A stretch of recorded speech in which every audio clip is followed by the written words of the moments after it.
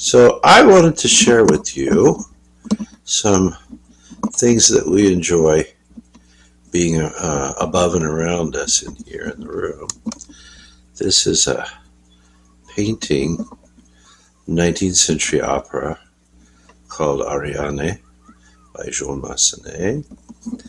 And then here are, I guess that's as big as it gets.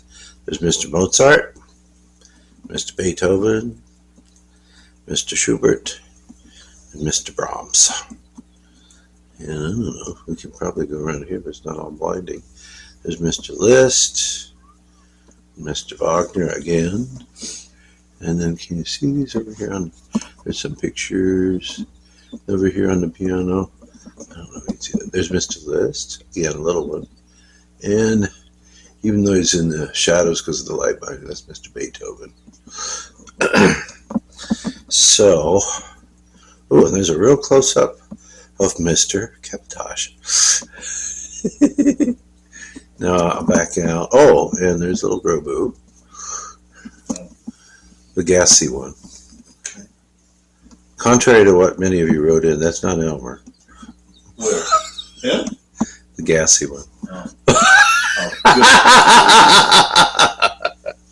hey, it's a free country, make you gassy if you want to. Okay. Okay. All right, I'm coming around. But you go ahead and say hi. They already. Oh, they already know? Oh, Go ahead. Hi, I hope you enjoyed the view. Okay, well, welcome back to another episode of Marc and Elmer's PSI. Piano Scene Investigation. And welcome back. It's good to see you all folks again. So did you want to start? You said you had a few words to say. You want to flip it? Yeah. Okay. I think you flipped from the top towards it. Okay, flip from the top. I'm doing it. There we go. Is it clicked in place? Yeah, it did. Click. It did click. Okay. All right. We looking okay? Oh, my head's missing. Anyways, the adventure continues over at the department store. Von Mart. Oh, yeah? Oh, yeah. So this past, let's see, what was it? I believe it was Tuesday. This is after we went to lunch and I dropped Kathy off at work. So I come back and I'm playing at the store from 3 to 6, right? And somewhere near the last hour, 2 young ladies came in and Held the place up? I'm sorry? Held the place up? No, they didn't hold the place up. No, they were just 2 young ladies. And, all right, my impression was I think they may have been in high school or something. They were getting ready for prom or something. And so one of them approaches me while they're sitting down on the couch in the waiting area. One of them approaches me and asks me if I can play Claire de Lune. Oh. And I was, wow, you know the actual name Claire de Lune. They didn't say that song from Ocean's 11 or that song from Twilight, the movie Twilight. And if they had said that, I would not have known what they meant. So, but I would have. But so, this, movie. So Claire de Lune. So I started playing Claire de Lune. And I'm watching from the corner of my eye. She's sitting on the couch and she's going, like this. And just before it gets to the faster section, You know which one I'm talking about. Right. That side, the chords at the second, Right. top of the second page. These two guys come in and start horsing around the piano, around me. Oh. Okay, and it didn't take more than 3 seconds for that one young lady to get up and come over and reprimand the two of them. I guess they were boyfriends or something. And she says, he says, "Don't mess it up. It's my favorite music in the world. You mess him up, you guys are walking home." And so apparently she was their ride home.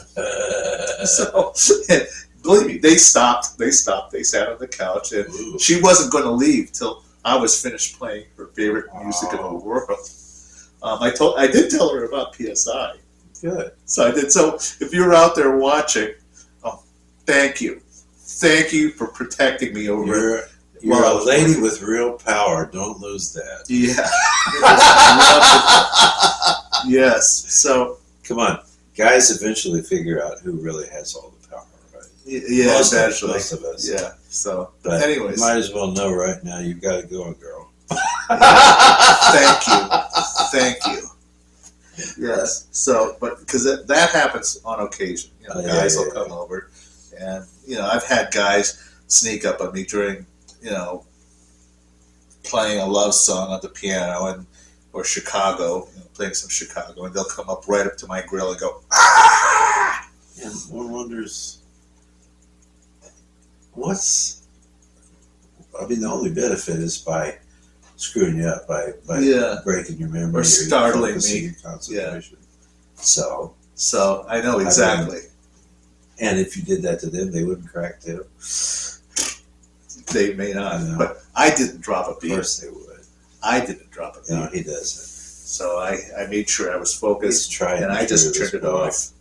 So, tried and true. Yeah. So, last week, I brought in the Toscanini plus Goodman equals Gershwin. A couple weeks that you loved it. Couple weeks? Because I didn't have time the previous week to listen, but I did listen this week. Yeah. Wow, people. I want to try to look a copy up for myself. Okay. This is Toscanini and his half-picked NBC Symphony Orchestra. When he came and basically settled in the United States in the 30s, this is due to the stuff that was coming apart in Europe and the rest of the world. Yeah. He wasn't going to go back. He had, I talked to Thelmer about this, I think. He conducted 1 year early on, I don't know, it was 1930 or something like that. It was right there. I think it was at the time, now Siegfried was still alive, but I'm not sure if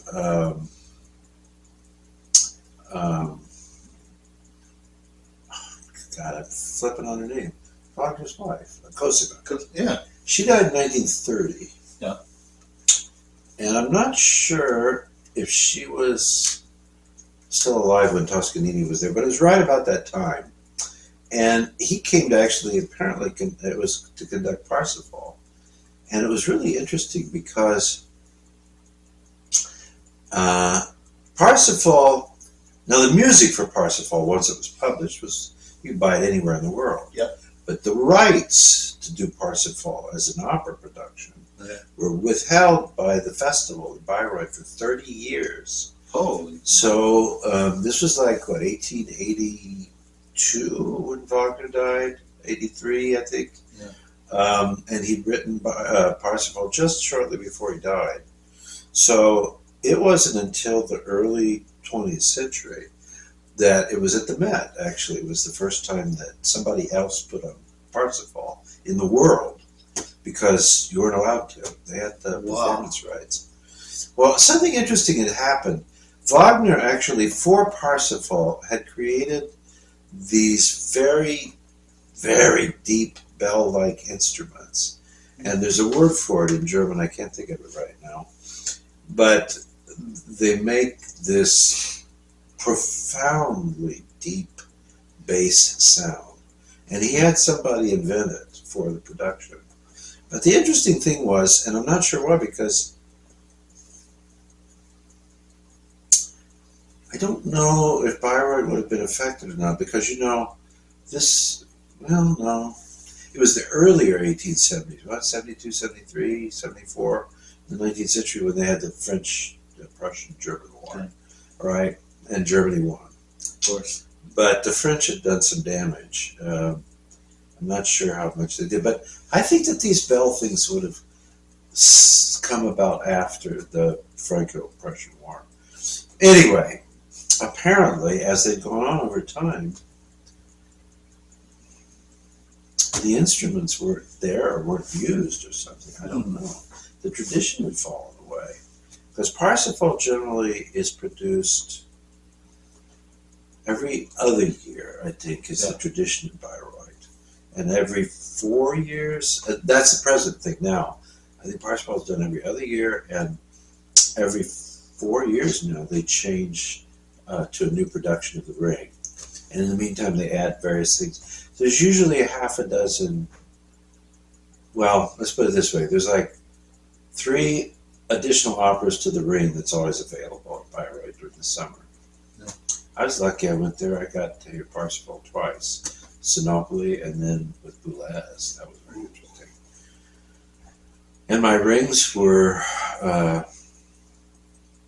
James Levine. Levine.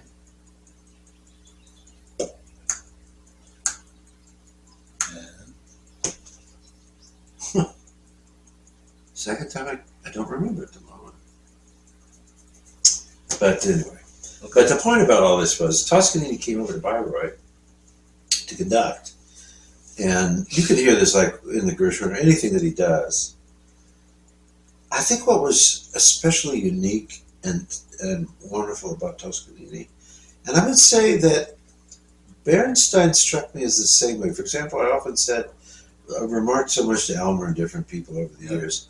When Dad and I were watching this all Gershwin program on PBS, public television, back in the 70s, and it was New York Philharmonic and Bernstein. And they were doing American in Paris. You know, it's a very chaotic you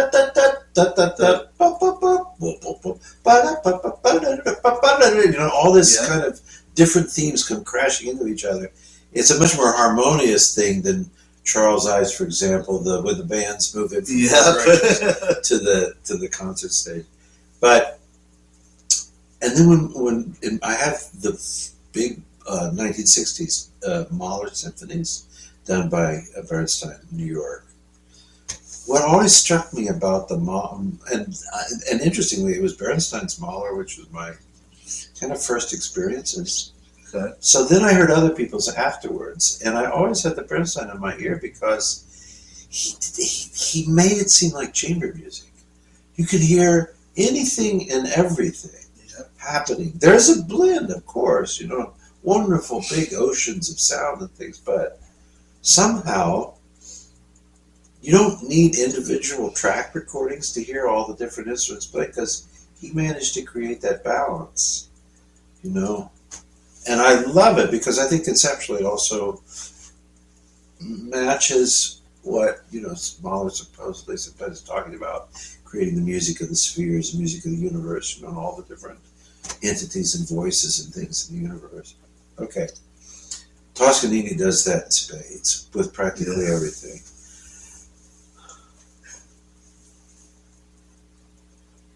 It's something incredible to be admired, and of course, there's oftentimes when you hear a Toscanini interpretation of something, in the moment it seems like, yeah, that's the way it's got to be done. That's the way you should do it. Yeah. You know? There's a persuasiveness and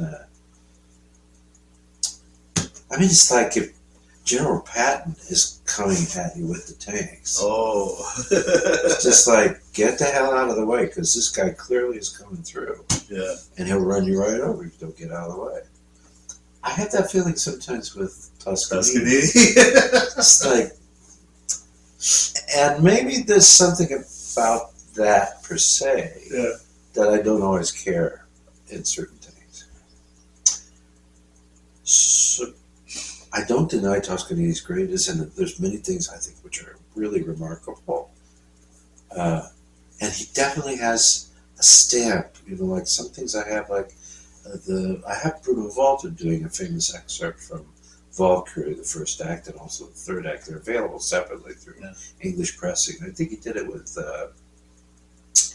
Kirsten Flagstad and Lawrence Melchior, perhaps. Oh, Or gosh. maybe those are the singers with Toscanini who do Yeah. similar excerpts. And I prefer Bruno Walters when it comes to the Wagner. Yeah. But this Gershwin, so it starts out with the American in Paris, and the really cool thing is, at least the big works at the beginning, they're all live. Yeah. Yeah. And he starts out with the American in Paris, and immediately the crispness, which is a trademark of him, Yeah. but I think also a really well done Gershwin. It's not flabby. Yeah. You know, everything, and there's something about that in my mind with jazz. People might argue, but I think especially jazz, where it isn't necessarily always true necessarily in classical music, but really crisp, clean articulation of the voice or the line is something almost crucial in jazz. There's something baroque and counterpointing and significant about the clarity of the voices in Yeah. jazz, which is not necessarily always the point in classical music. Sometimes the homogeneous blend is more important for various things. Yeah. But in this reminds me very much of that performance of Bernstein. You can be standing right there at the Arc de Triomphe and hear all the cars and the horns beeping and Yeah. the hawkers selling Uh-huh. things and people and the policemen blowing his whistle.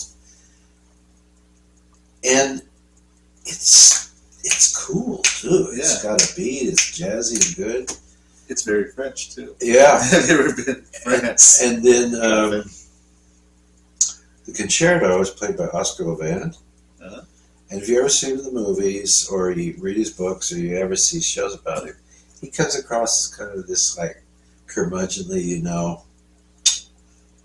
smarmy faced, always just a cigarette with the ashes hanging out of his mouth, Jew. Just like crusty old world, making these kind of nasty comments about other people in Hollywood and stuff like that. This guy is total no nonsense when it comes to being the concert pianist. It is fabulous playing. There's sometimes when he plays that scale, it just rushes up. It's like, whoa, boy, and come on, he's playing with Toscanini and Toscanini's handpicked musicians. It's incredible. And then the third piece is the Rhapsody in Blue with Benny Goodman, who just squeezes every drop out of that glissando climbing out. Absolutely. It's just like you're going to get every drop of juice out of that lemon you could possibly get. Just squeeze that sucker to death. And he just goes up. You rarely hear it played like that. And on top of it, he gives it that kind of squealy, jazzy clarinet kind of sound, And then Earl Wild's the pianist. Yeah, it's Earl Wild. And that boy, he was a pianist for Toscanini. Yeah. I imagine that one of the tests to play for Toscanini in his orchestra, okay, do it faster. Good. Now do it even faster than that. How fast can you do this without losing control? Because there's some places in there, the repeated notes. Uh-huh. Bum, bum, bum, bum, bum, but it's got that kind of tango sticker. No, not what's the South American? Bum, bum, bum, bum, bum.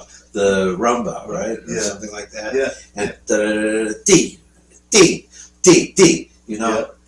It is so fast and so clean. Yes. It's extraordinary. These are three of the most extraordinary performances of those three pieces I've ever heard from anybody. Yeah. And when I saw Gershwin, Toscanini, Gershwin, Toscanini. I know, that's what I thought too. And the guy was old by the time Gershwin was famous. Yeah. Because he's 1860s maybe or something like that, and probably. was already conducting in the 80s. Yeah. He started in South America. The conductor with the orchestra was sick. I think he played for the La Scala Orchestra. And then the conductor was sick, and everybody said, well, Arturo, he knows something about the conducting and stuff. He was a cellist in the Yeah. La Scala Orchestra. And, okay, Arturo's going to conduct us tonight. And the musicians were so happy that shortly after that, he started to get conducting work. And, then there went to career. It was like, wow, stellar. Yeah. But he was probably in his 70s, in the 30s Perhaps. anyway. Yeah. He made it into his 80s, I think, Yeah. before he died. Well, But anyway, thank you for that. That was ear-opening. yes. Really So extraordinary. Total joy. while we're still on Gershwin, we did talk about this a while back concerning Rhapsody in Blue. Right. You have a copy, yeah? At Oh, least for solo piano? I have one that belonged to my dad. Okay, well, Yeah. let me show you this one. This one was a real eye-opener. Okay, this is a Warner Brothers re-release of Rhapsody in Blue, the piano solo version. Oh, Okay. no, the one I have from my dad is the one with the second part for the orchestra. Yeah. Okay, this one is a solo piano, but It's from Warner Brothers, right? Yeah, it's from Warner always Brothers. been published. But this is an interesting release. It says here, George Gershwin, the annotated Rhapsody in Blue, ... And it says, restored to Gershwin's original manuscript by one, Alicia Zizzo, Z-I-Z-Z-O. Name. Yeah, check it out. It's different. Oh. It's very different. She had, I guess apparently she had made friends with Ira, Yes. his brother, and so they became good She got friends. her hands on manuscripts and things. Yeah, Ooh, look at that. I The know. notes. So if none of you had ever seen this edition, come and get one, or at least borrow someone who has a copy and compare it to the original release and see what additions have been, edited out from the original release from, I don't know, 1940, 30, somewhere there.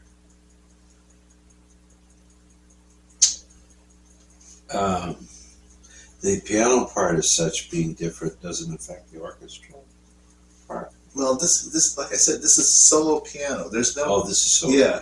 This is solo Goodness. piano. There's no orchestra or second piano part to this. Cool. So, anyways, Wow, good for her. she studied with Alfred Cortot. 96. Alfred Cortot student, right here. I didn't know that. Now, her name didn't come to attention till around the early 1990s, I think.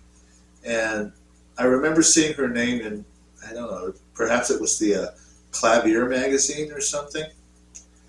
And, her published works were not available, at least here in Columbus, for a while till much later. And then I found this. I picked this up at Stanton's when I first saw it, and it was only one copy, and I thought, Paid $20 for it. yeah, I did. Full price. Wow. That rarely happens. I don't buy anything full. Oh, look at her.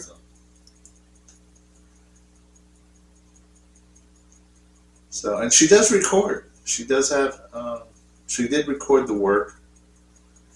And, I think she's too young to have studied Cortot.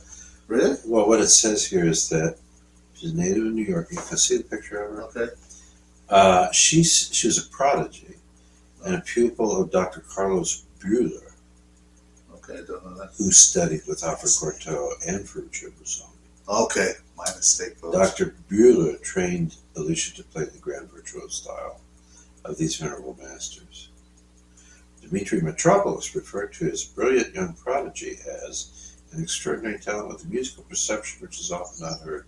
She's a rare pianist. She's a pretty lady. Yes. With time of some sort. Whoa. What? She got masters and doctorates. Doctorate. Wow. Music education, interestingly. But, yeah, the girl got around, did some great stuff. Yeah. I think I read about this because the notes in there is where I was talking about her. But it's interesting, she puts the date on the composition. You should show that to them. Mm-hmm. January 7th, 1924. Oh, That suggests the original Paul Whiteman concert at Carnegie Hall with the original performance well, of Rhapsody in Blue with jazz band. yeah. And then it was subsequently orchestrated and quote unquote cleaned up Yeah. for classical musicians Yeah. to make it a little straighter. Oh, show? Yeah. That's really cool. Yes. I like the cover. Yeah. Isn't that cool? Here it is. Rhapsody in Blue. Annotated. There it goes. Cool. Zizo. Z-I-Z-Z-O. Yes. Now, if that weren't enough, it's still in its bag. Now, you can open this, all right? It's. I just keep it protected because I picked this sucker up for $1. Oh. I did. The price tag's still on it. It is the edited and transcribed by Dr. Alicia Zizo, Yeah. based on a work by George Gershwin and Ira Gershwin. It is the I got rhythm variations for solo piano. Cool. Look at that. Is it the same publisher? Warner? Warner. Yeah. Anything to do with Gershwin. Wow, you got it for $1. $1. Exactly. Now this, I did not get it stamped. I found this at a thrift store. That's cool. Good. You want to see it? Well, yeah, people will take Okay, that. I'll open it. It's like I said, I only kept the bag because I like it came protected. The looks like textured cover. The Oh, yeah. material, bumpy. Take a look at it. $1, folks. $1. I got it for $1. It's dedicated to my brother Ira. Yes, that's what he said on the radio show. I've got a record of. I have Levant, and I think I also have Earl Wild. Run Wild, Yeah. yeah. Yes.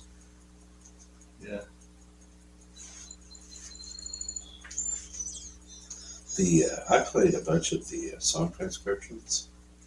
I love the I Got Rhythm for solo piano. Oh, It doesn't last very long. It's just most of them don't. They're yeah. Like a couple pages or short 4 little. pages. You know, it's like not a big bucket of popcorn, but just maybe one handful of popcorn. Yeah. Get to eat it with a Are you hot talking dog. about the Gershwin songbook? Yeah. Yeah. Okay. Well, this is pretty cool. Oh, and she might be the also the one responsible for discovering the 2 extra preludes to the 3 American. You mentioned that before. So Yeah. she's got 2 more. Yeah. That got released with Show it. them that. Okay. With the texture, that's cool. The close up of that, I love that. You see the texture it's like almost a blue fabric. Yeah. Really cool. I Got Rhythm. Transcribed by Dr. Alicia Zizo. I got a couple things you can show to the weekend. Okay. Go ahead, talk. Well, can I show one more thing? Yeah, go ahead. I'm Okay. going to pluck them off the shelf. All right. Since you're showing Since we're showing so much Gershwin today, I decided to bring this rare copy of another concert transcription by one Grace Castañeta, and it is her concert transcription for solo piano of Gershwin's Concerto in F. Take a good look at it, folks. Here it is. It's not exactly the high gloss, but same color as the 2 piano version score. But so she has performed this according to the foreword at the beginning. Now, there are a few instruments that you don't get to hear in this. I mean, there's some trombones works and some French horn that are missing in some of the. But you do cut your corners if you're going to play it solo. Now I have a recording of pianist Norman Krieger playing this solo concert transcription of this work, and he does quite a mighty job on it. Very clean. It came out on his All Gershwin CD, which was dedicated to his brother. He was Norman Peter at the time came fresh off of winning some piano competition, and I'm not sure. Maybe he can correct me. I think the Gershwin CD was his debut album after he won the competition. Oh, do you want to see this? Yeah. Okay, here it is. Here.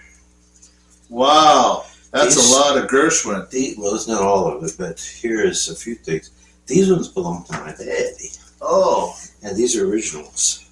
I like I'm that. going to show them this stuff. Okay. Here's my dad's, very well worn. This is what I meant. My dad learned this. And this used to be not Warner's. Before Warner's, the publishers were New World Music Corporation. Whoa! This was how So that's an old one. This is my dad's, and he learned it off of this score. And then this is really cool. This is original 1940s arrangement of Someone to Watch Over Me by a very popular paraphraser at the time. We can show them to them. Okay. Here, but Maurice Whitney. This is from 19. That's an original one from the New World Music Corporation when my dad was studying piano as a young man. And he learned a piece. What is this? 19. That's his 50. So this is actually given in 1950. I thought it goes back farther than that originally. Here's to Someone to Watch Over Me. This one's definitely has the quite the mileage. Yeah. There you go. Oh, Maurice. Yeah.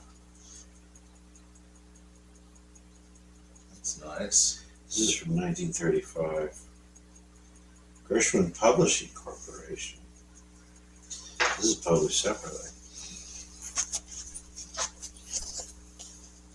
Someone to Watch Over Me. And you don't. Maurice Whitney. Paraphrase. See. Okay. This is cool. Oh, that's a nice cover. I think that's a reprint, but the original one's from 1935. Wow. And it's interesting, that's Gershwin's own publishing company. He was that popular. Summertime. Wow. Just a minute. So then I want you to see these two. This book is really cool. This is, It looks very cool. well, you can flash through some of the earlier pages because it's got some chronology and some pictures and some stories and stuff. That's a lot. But if you look at the table of contents, where is it? There it is. It's basically, well, it's got popular songs. It's got some of his improvisations on popular songs. It's got then what they call the recital works, including the whole Rhapsody of Blues back in there. Which is pretty cool. There's a discography. And the really cool thing is that before, look at these. Yeah. There's Whoa! photographs. Usually before every one or two of the pictures, there's one of George conducting. That's a pretty cool book. That is a very cool book. I bought that, I'm pretty sure I got that in Madison, from the music store in Madison. Look at that. That must be the place where he used that, what did he do? There's a song plugger? Yeah. That's how I did. He went and played piano and you could let people hear what your music sounded like. This is a compilation of, it says 7 major compositions in one volume. Oh, yeah? So here you go. Do you hear that? Here's the Rhapsody Blue. And then it has the preludes, the first 3, and then other ones. Prelude Fragment, Prelude Sleepless Night, Prelude Melody number 17, Prelude Novelette in fourths, Prelude Rubato. So how many is that? Concerto in F is in here, the American in Paris. Wow. I got Rhythm Variations, the second Rhapsody. This is where I had the second Rhapsody. And the Cuban Overture. Cuban Overtures in that? It's all in there. Yeah. Here, let me show this one. Yeah, this is a pretty cool cover. Look at that. That's a really cool book. I imagine that kind of thing is probably still available, but if it's not in print, you could always look through eBay or something like that for a copy of it. Practically a collage of his whole life right there. It's got lots of cool photographs, and it's got chronology of his life and everything else. Nice. Where this one is more recent purchase. It says 96, and I probably bought it. Whoa. Oh, it was maybe 96. I'm not sure where I bought this because by then I was done with my doctorate. But Whoa. this is really nicely published. It's Warner Publications, but it's basically got all of Gershwin's solo stuff, short of like the song transcriptions and things are in here. But this is what they call the serious concert stuff. So it's got not only the original 3 preludes, but like another 4 to 5 of them, and then all the things with orchestra reduced for there you go. 4-hand stuff or two piano Wow. versions. It came with the computer. Cool. Wow. Ever seen this one? There you go.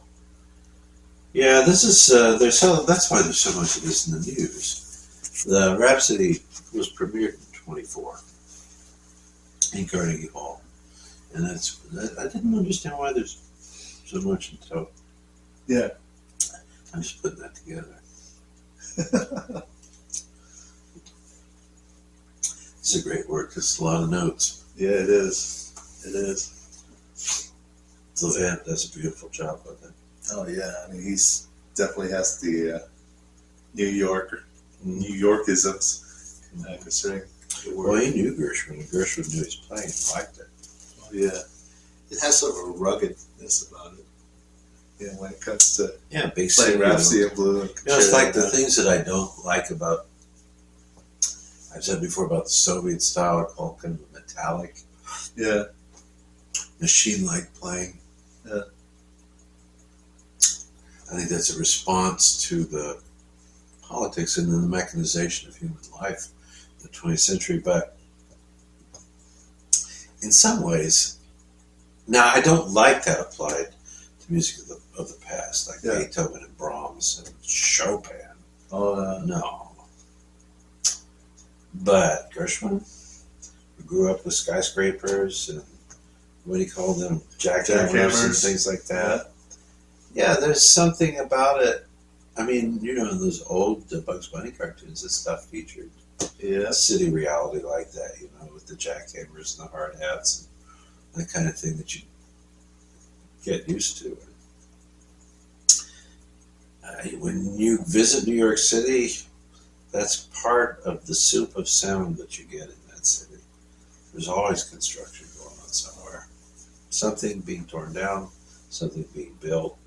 It's constant, you know. Well, there's the sights and there's the smells. Yep. The smells You get it as all. well.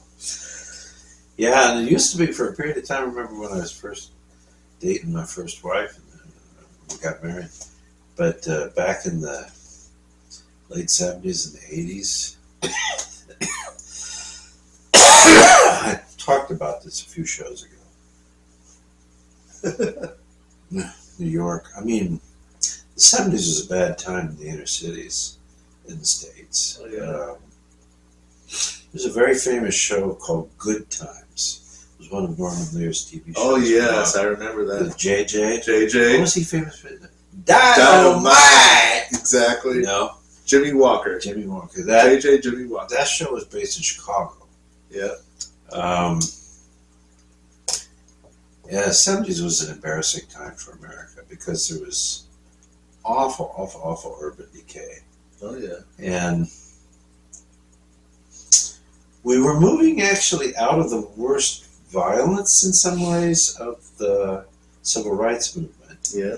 And it's kind of a transitional period where, while conservative and big style conservatism, not the new kind of Nazi-like conservatism that seems to be coming about, but Reagan's conservatism, when he became president in the 80s, kind of took over the country in a way, but it also led to, and I wasn't a supporter of the guy, but, you know, it's history, you know, may change your mind, and you can see things in a different light, but it also led to, and I wasn't a supporter of the guy, but, you know, history, you know, may change your mind, and you can see things in a different light, but it also led to, and I wasn't a supporter of the guy, but, you know, history, you know, may change your mind, and you can see things in a different light, but there's a little bit of an old-fashioned gentlemanliness about the whole thing, although there's some very spooky internal kinds of things that were going on. On the other hand, if it probably hadn't been for Reagan and Thatcher, the Soviet Union might have lived longer, because they really did bring them to their knees. 1989, that was it. But I would say that, no, we're not black, but I would say that things did change for the better over time. It's like the world opened up, the ceiling opened up, education opened up, possibilities opened up. Certainly a universal appreciation for, I would say, black culture and black music and black arts and things. There are a lot of really wonderful films that were made. And then this whole conservative thing started up again in the 21st century. I would say it kind of found its way in by way of W. I'm not sure that he was certainly not as scary as some of these people are nowadays, but there's a whole new wave of conservatism. Honest to God, having lived, now I'm 62 years old, and I was born, I was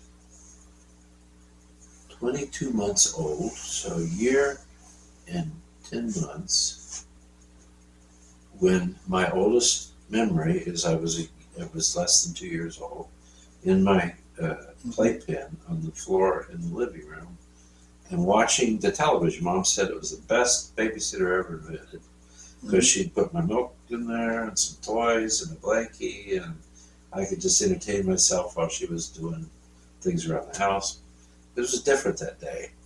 The TV was silent, even though it was on. You could hear noise, but not much talking. No commercials or anything. It was a big old console TV with black and white. This is 63. And Mom was over on the sofa and crying her eyes out. It was very, I think, very dramatic for me, because I knew something was wrong. Kids got, and I knew something was wrong.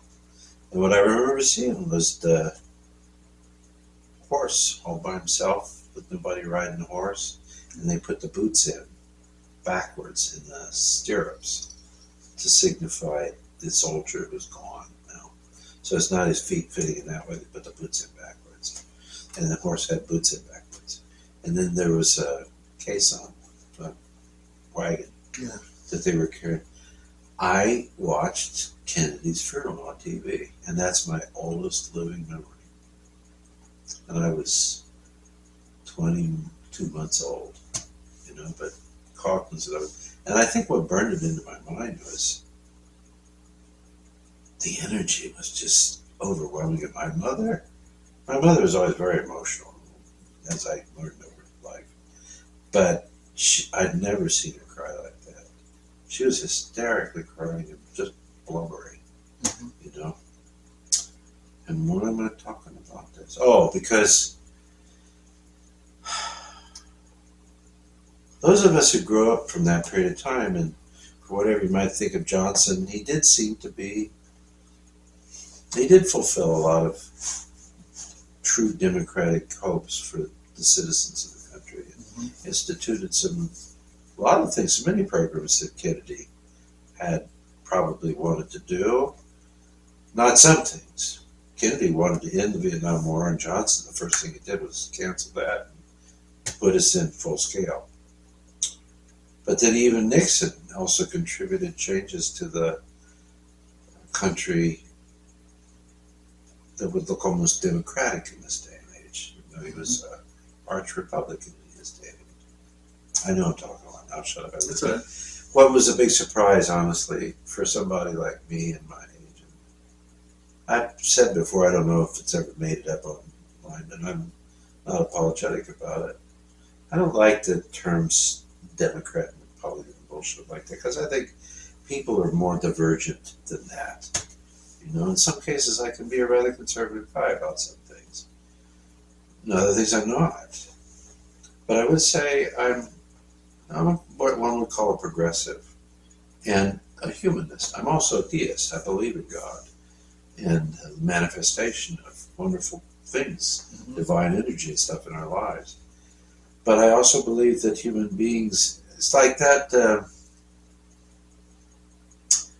I forget the example, the specific story, but the kind of story that's told where you're given this opportunity, you're given that opportunity, you see this, you see that, and everything. And you finally said, God, why did you abandon me? He said, what the hell are you talking about, abandon you?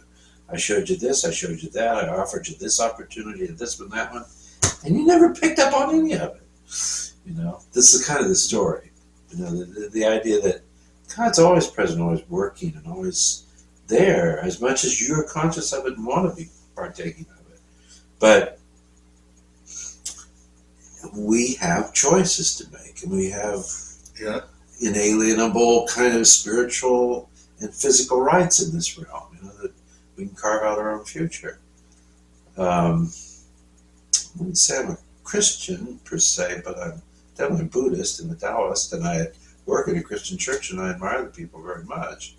One of the things I do admire, what these people really believe, is no matter how much you screw it up, this guy, Jesus, died so that if you truly in all earnest confess an acknowledgement that you were so wrong and it was all wrong, you can be forgiven. I mean, they're Lutherans. That's the way they believe it. But what I was going to get to was that what's happened in this century so far, and what is continuing to happen, really astonishes me. I mean, I think I understand why some of it's happening. That certain people are threatened by other things going on the planet, and they're taking more drastic reactionary steps to those things. I won't get into the specifics too much, but it's just a bit painful to have seen the strides that we appear to have made forward. I mean, can you imagine that in '89, the Soviet Union collapsed, and within that year, Bernstein was conducting Beethoven's Ode to Joy at the Brandenburg Gate with the fall of the wall. And then, if you guys can believe this, going into the through the 90s and into the later 90s and the very early 2000s, the United States and Russia became close friends and allies in the world theater for a while. And then it all fell apart. And I mean, I think some of our own worst enemies are right here in our own country. And it's just disappointing, because I still believe, as much as I've traveled and seen things, and I don't mean this in an egotistical way, but the experiment in self-governance and democratic way of trying to achieve things set up by the founding fathers, humanists in the 18th century, is one of the grandest things that has ever been presented to human beings in our history that we know of. There have been enlightened moments in the past. When Marco Polo went to China, there was a period of time where for some time, for a few hundred years, the ruling stuff going on in southern China allowed for extraordinary religious plurality, cultural plurality, a lot of freedoms.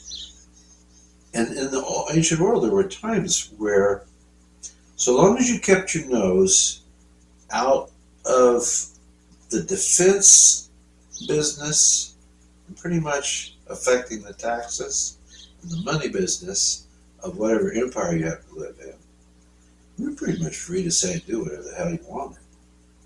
Just fine. Okay. Just don't screw with the government's control over the money and the markets, and know your place, as things go within the whole scheme of things. Otherwise, you had a tremendous amount of freedom. Um, but still, I do think that the American example is an extraordinary thing that's been set up, and it's clearly never even come close to fulfilling, well, even getting close to full fruition of what it could be and what we could be. And I think that's probably because so long as you have other divisive ideas of how people should be ruled or controlled versus supported and uplifted and protected in certain good ways, we're never going to get a chance to see the full fruition of world democracy and world freedom until everybody comes to a conclusion that's probably the best way to go, and have to step aside in terms of ego and especially certain restrictive cultural beliefs which don't allow for ultimate freedom for any human being, whatever their sex is, whatever their color is, you know. That keeps us down a little bit. But there I am, taking all this time to say all that stuff, and I don't even remember what I was talking about. Do you? Well, you were talking about all the machinery. Oh, the play. Yeah, like in old Bugs Bunny cartoons. Yeah. When you hear all that stuff, and it was part of the culture. It was part of what it was. It was not part of Mozart or Beethoven's or Brahms' culture. They didn't have that stuff quite the same. And to take that kind of, come on, it's just not appropriate. Chopin loved to play El Piano over the Erard. He didn't like the Erard. And what he liked about the Pleyel, if you really have a chance to hear what it really played, much lighter action. And importantly, the dampers are not nearly as effective as modern dampers on a piano. There's a glow in the sound when you play. It's not dry as a bone. Right. There's always a little bit of oozy fluids always there. It makes it alive, you know. And it doesn't have the power that the Erard had, which in Liszt, in general, he preferred the Erard, you know. So when you, as we'd said, I'm very interested to see what Yun Chan does, because one of my least favorite versions of the Etudes is, as much as I admire the man for other reasons, Ashkenazi. Man, he just tears into some of those Opus 10 pieces like it's a true battle between the Soviet Union and the United States for that one last bit of control or something. I mean, it's like, holy shit, we're going to win this battle. You know, it's just like, it's just not at all, I think, with Chopin. Well, and you know, shut up after this, really will shut up. Bach is probably the most flexible music there is. You can do anything to J.S. Bach, perform it in any way. Its original form, historic performance practice, jazz versions, God knows what, and totally change the instrumentation, put it for voices, put it for this, you know. It still works. It's amazing. And you can do it faster. You can do it slower. You know, there's so much you can do. The elasticity of this stuff doesn't affect the ultimate integrity of the music. In my mind, sorry, he's dead now in the afternoon. No, he's not. He's still around. He's conducting. Okay, baby's conducting. But those old performances you did of the Etude sometimes, they're just a little scary, dude. I mean, I don't hear Chopin that way, and I don't really feel like it works.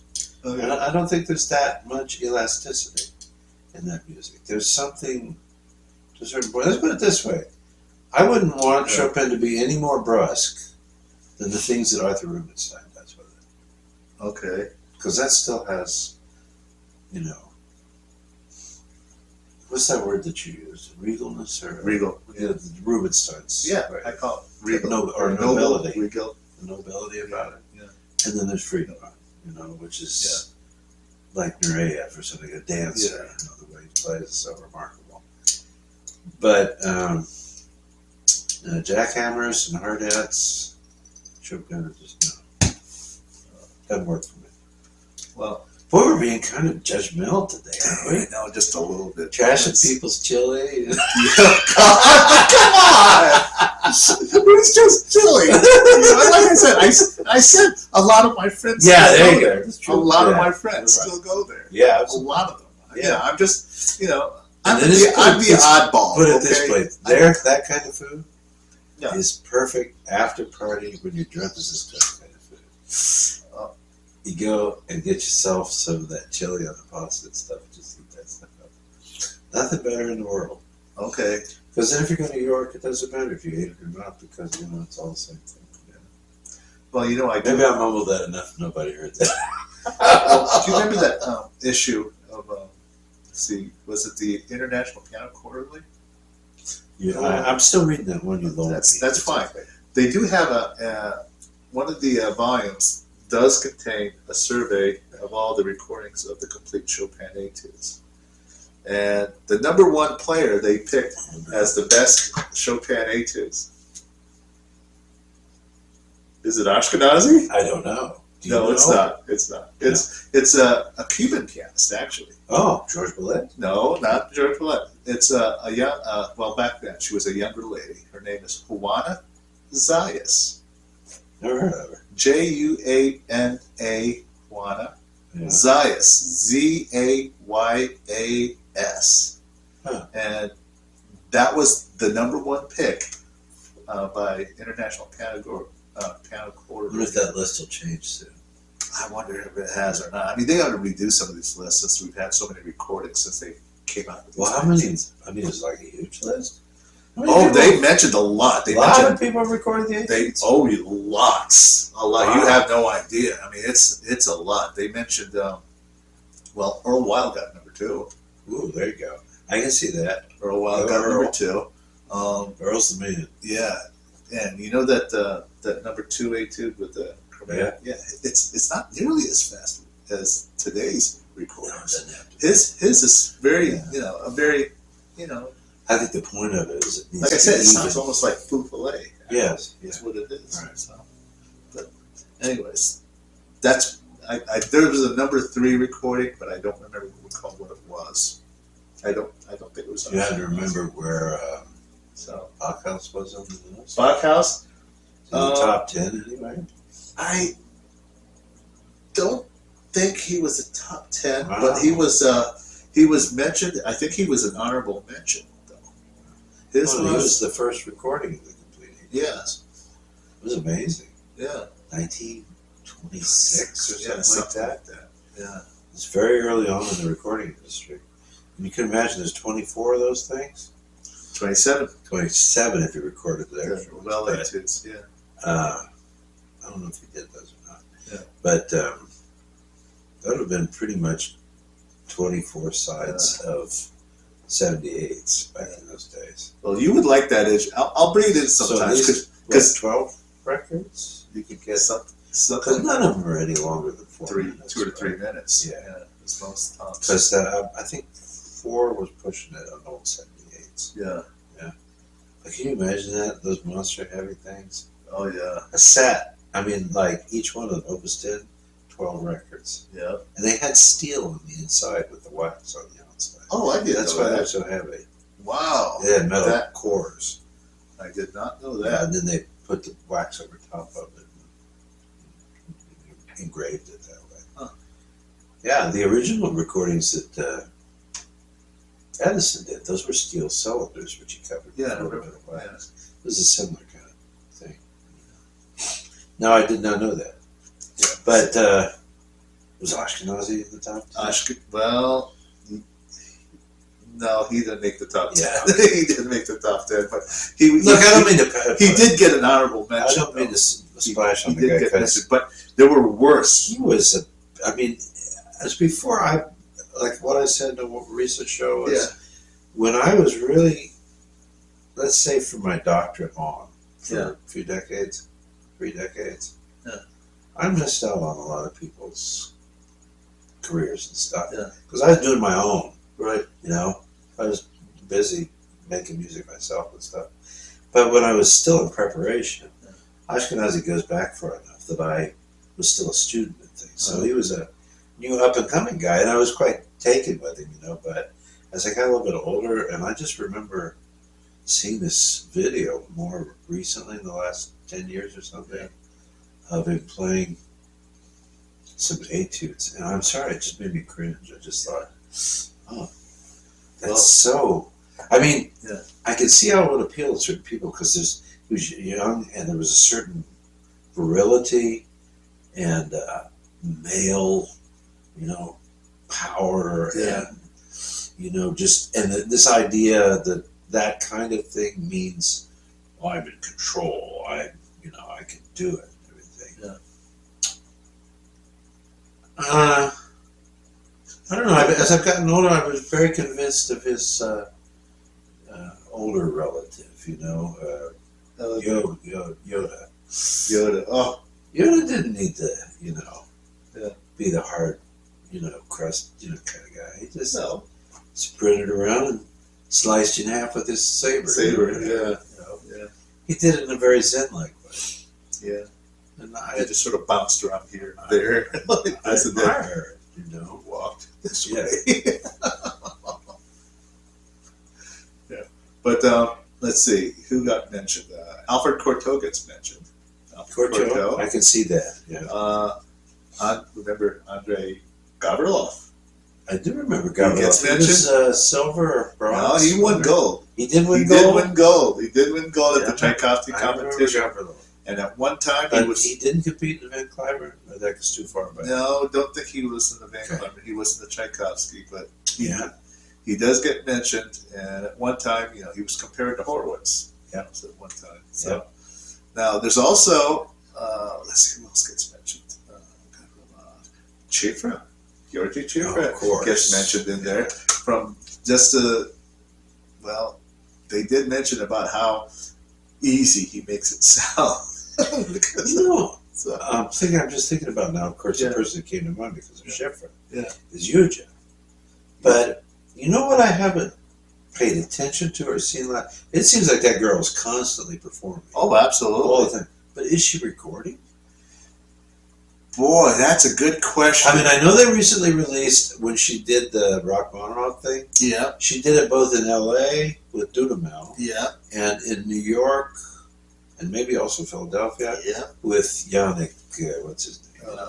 Well, I know Dudamel. What's his face, the hyphenated guy.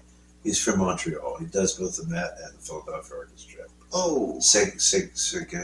Is that Nizet Seguin? His name is Yannick.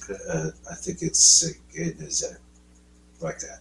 But anyway, she did it with him where she played all four of the concerti and the Rhapsody. And then they did the same thing with Dudamel in L.A. Well, that has been released. That has been released? Yeah. Well, I want to know if the other recording has been released. The one where you sent me the video of what would happen if Gershwin and Rachmaninoff, were brought together and created a piano concerto. Yeah. Remember? Yeah. And that was supposed to be released by Deutsche Grammophon as well. And I'm still waiting for word as to if it's out yet.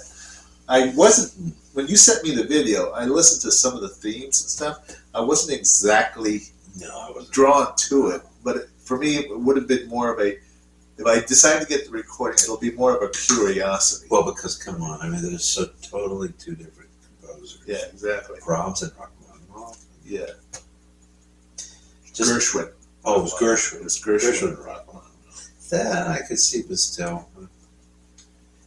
Anyway, but I would wonder, I would think Yuja could play the etudes pretty well. Oh, yeah. She could play Schiffer and Horowitz's Bazak. Oh, yeah. Stuff, Carmen things the way she does. I don't think the etudes would give her much difficulty. And she's a fast, quick study. Yeah. So, but anyways, let's move on. I wasn't sure if I brought this recording. It's Music Heritage Society recording. Ooh. It is Antonio. MHS. Yes. We have a piano concerto by Antonio Salieri. Salieri. Salieri. Salieri.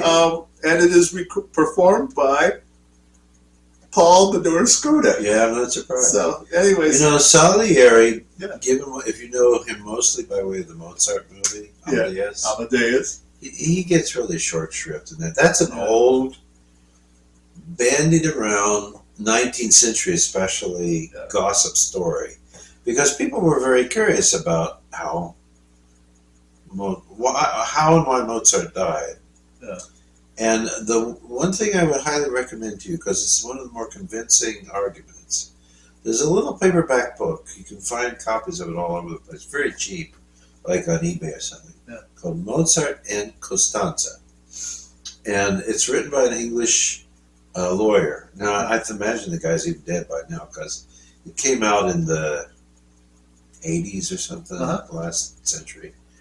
So it's been around for 30 or 40 years anyway. It's not a really big book, but he became interested in this Mozart's death. I mean, he's, educated, well-to-do barrister in England, all that. And he's decided to take his professional craft and look at the evidence. And it starts out, very interestingly, in December of 1791, which is after Mozart died. He died in the fall, I think, sometime, I forget what it was.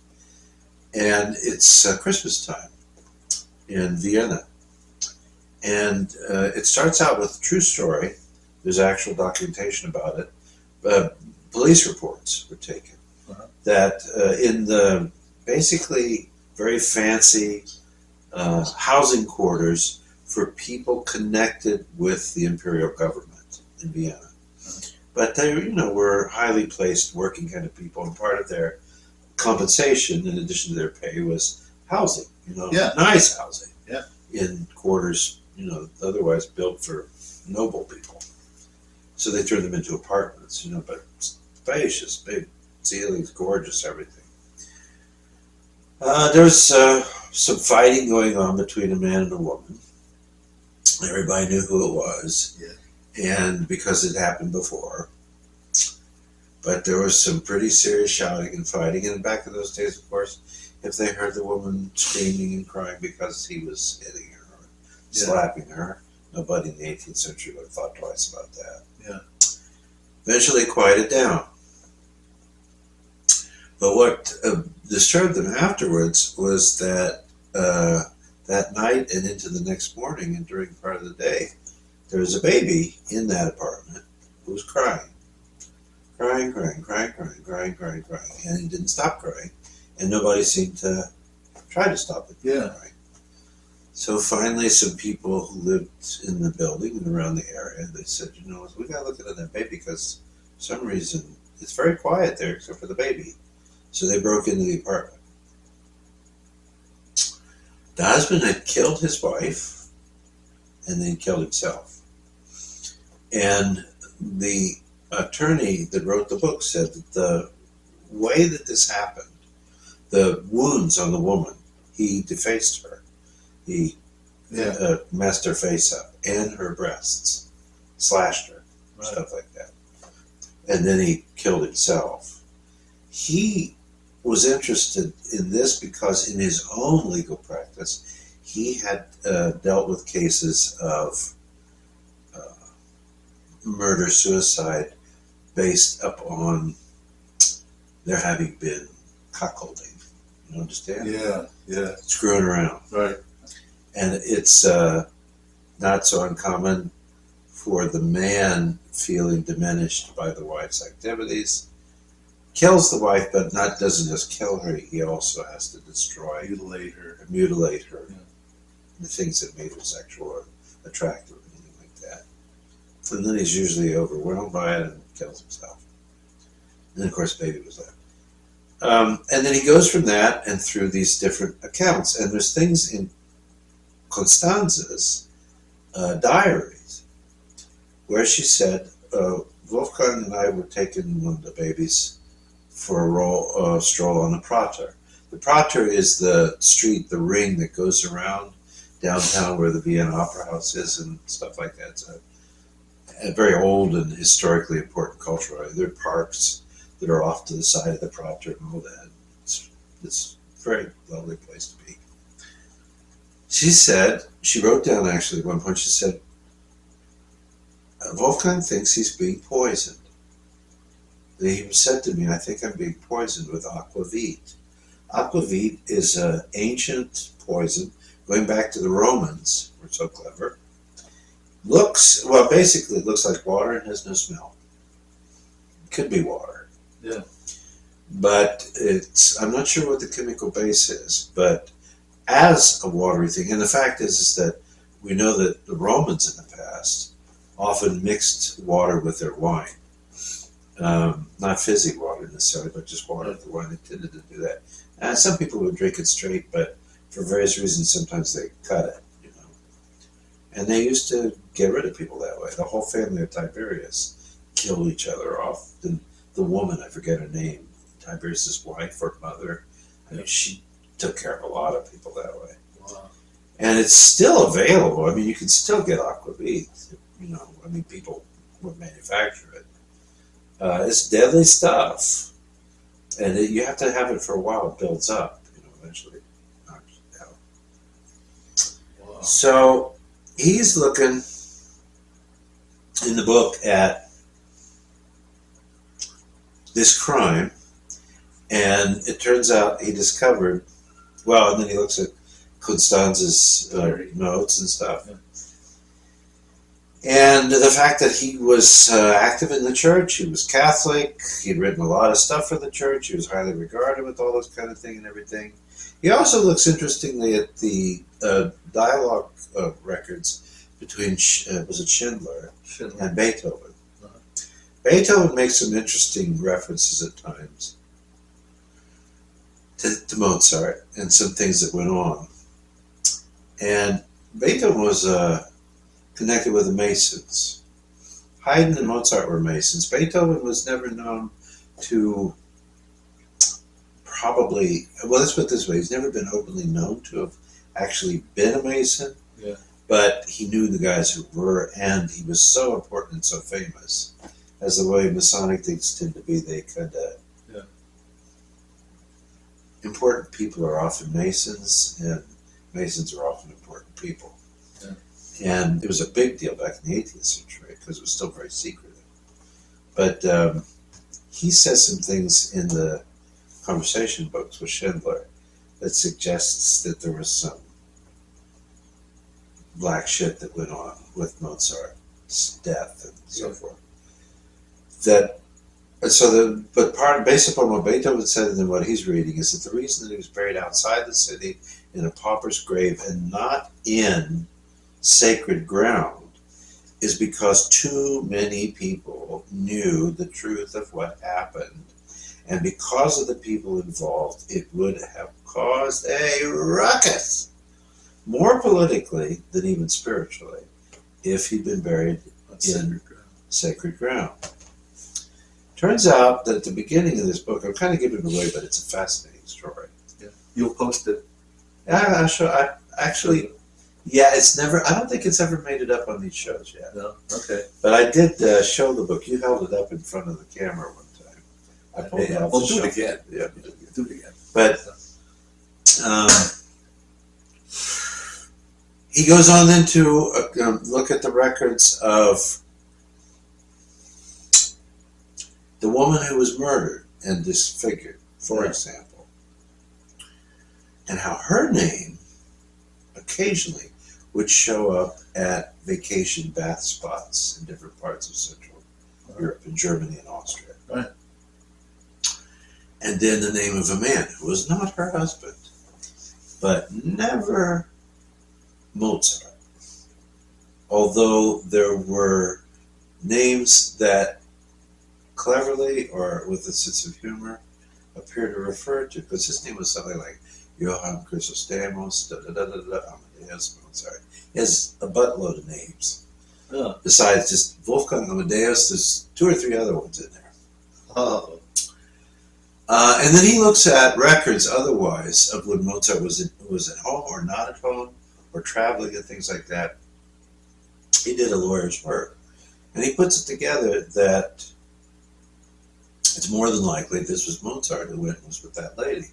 at these places, having these assignations. Oh. And the problem is that Mozart and the guy who murdered his wife were good friends. And he was in the exchequer, banker, treasury area of the imperial government. Now, he wasn't absconding with any money. He didn't do anything wrong. Right. But he had money himself. Right. Because of his position.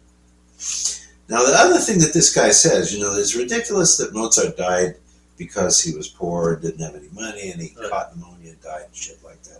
The attic, He said it's bullshit. Because look what he got paid to do Don Giovanni in Hungary. And then look what he got paid for this and that. And what he was getting paid for these pieces that were being published and so forth. And whenever he did performances, when he did that and stuff. Mozart was making good money. This idea of having been the happy, brilliant, genius composer who was poor as a church mouse, that may be true of him, of Franz, but it was not true of Mozart. Mozart was well off. Now, he did have a gambling issue, because he liked to play billiards and card games, not poker, but it's another game that was popular then. Okay. So he gambled, some stuff, but let's put it this way. He left sufficient money for Constanza when he was dead that she did okay, because eventually she married, what was the guy's name? Mozart's student, who completed the Mass, eventually married Constanza. That guy. And then they raised their kids. Yeah, I know who you're I can't think of his about. name now. But anyway, he disputes the idea that Mozart was a pauper, and that's why he was buried in a pauper's grave. No. But he didn't necessarily have enough money to carry on with his lady friends. And, the story they tell in Amadeus that he was a philanderer. Yes, he was. Yeah, he probably betted most of his leading ladies, but that wasn't so unusual in the 18th century, even in the 19th century. But he did. The important thing is that he may have been particularly interested, at least in this one lady, who was the wife of his friend, from whom he had borrowed serious sums, without question. Yeah. Wolfgang, Amadeus, you want? Sure. Here. Basically, what he points out is that Mozart was borrowing money to screw this guy's wife from the guy. Yeah. Holy moly. And how would you feel about that? Oh, boy. If you were the one who was giving the money for somebody to screw your wife. Oh, gosh. It's a fascinating story, and it's the argument is. I mean, the guy's a lawyer. It's really good. I don't know what people think about, even since the time it's been written, and people are even wondering now. But it's one of the more convincing arguments for how the hell all this happened and why all this muckety-muck stuff continued for so long. Beethoven was the one who hinted that some of the people involved in this would have made it impossible for this genius to rest in Holy Land, because it would have been an affront at the highest levels of the imperial court and the church. Yeah. Because they all knew. And it was less to do with, he's screwing around and stuff and not being sanctified in his marriage and everything. And the church would be upset about that. No. It was about the political ramifications because of how high up it went. And that's why it put him out there to try to be forgotten. And to dishonor him in light of the people that were alive and dealing with the shame. And then that guy apparently put it to rest when he killed his wife and killed himself. And his argument is that that's what it was all about. But now, as far as Salieri goes, I won't go into that much, but the guy was profoundly influential in Vienna. He was no Mozart, and he was no Rossini either. Right. But he was a very competent musician, composer, and probably more importantly, teacher. Oh, yeah. Because Beethoven, Czerny, and Schubert all studied counterpoint and not so much composition. You didn't study composition, but you studied the tools of composition. Yeah. And Salieri was like the guy to go to. Like, this is the guy who knows his shit. And when you think about Beethoven was almost 30 years older than Schubert. In 1770, he's born 27 years later, almost a generation later. They both studied with the same teacher. That's how important Salieri was. And in fact, contrary to what they show in that movie or the play, I saw the original play in New York. He was actually written about and commended for being a very generous and friendly and helpful fellow. You know, that most of the time he was approachable, and if he could help you, he would. And it's unfortunate the poor guy's been given a bad mark, you know. I mean, even in the film and the movie. Yeah. There's just occasions when he remarks it. You know, it's almost like he really does walk on water. Meaning Mozart, you know, it's just like, you know, I don't get it, I don't see it, you know. But he was even, you know, even in the film, he kind of begrudgingly admits the guy's a genius, you know. It's just like, what are you going to do? Exactly. I saw the original Broadway show with F. Murray Abraham is in the movie. You're talking Frank Langella. Frank Langella. Yeah. Frank Langella was Salieri in the play. Yeah. Yeah. That was something else. Yeah. Great story, but it's a myth. Yeah. And it continued because, you know, actually, Rimsky-Korsakov wrote an opera, the Russian. Yeah. Wrote an opera called Mozart and Salieri. And this story that the Amadeus film is premised on is premised on the libretto of Rimsky-Korsakov's opera. Wow. That's where a lot of that crap comes from. It's all 19th century crap. But did you show him the recording? No, I don't. Paul Badrascoto is really important. I've got his complete Schubert and Beethoven sonatas on historic instruments. And I also have his complete Beethoven on modern piano. But he was an incredible pianist and very much the central Viennese kind of tradition in the 20th century. But then became really, really interested in the historic instruments. Built up a big collection of his own. He and his wife actually run the faculty at UW-Madison for 10 years. That's a long time. Unfortunately, they left just shortly before I arrived. Okay, well, there you go. Oh, sure. Okay, now, I went out on one of my outings again to the public library. Great. Oh, you told me about this. Yes. And I picked up this book for $2. Some of you may remember this book. I do not. You seem to remember this book. It's called I Really Should Be Practicing. Reflections on the Pleasures and Perils of Playing the Piano in Public by the author and internationally world-renowned pianist, Gary Graffman. Yeah. Here it is. I think, did this come out in the 80s? It may have. Late 70s? Like I said, I've never heard of this book. A big title back when I was at Wittenberg, which was 80 to 83. Can I see that? Sure. It's falling apart a bit. It showed its age. Got some mileage on it. 81. Yeah. 81? Wow. Yeah. There's a picture of him in the back. Yeah. So he's the teacher of Yuja Wang. Uh-huh. And I'm not sure, did Longmont study with him too? It's possible. It's possible. Okay.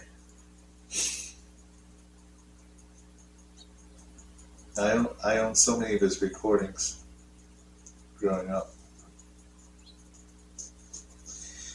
I have some Gary Graffman too. Yeah, he's a great pianist. Now, I recall a vinyl record album with a picture of him and George Sell on the front, just sort of staring off into the distance like this. And it was a recording of the Tchaikovsky's First. Really? And on the bottom, in quotes, it says "pure gold."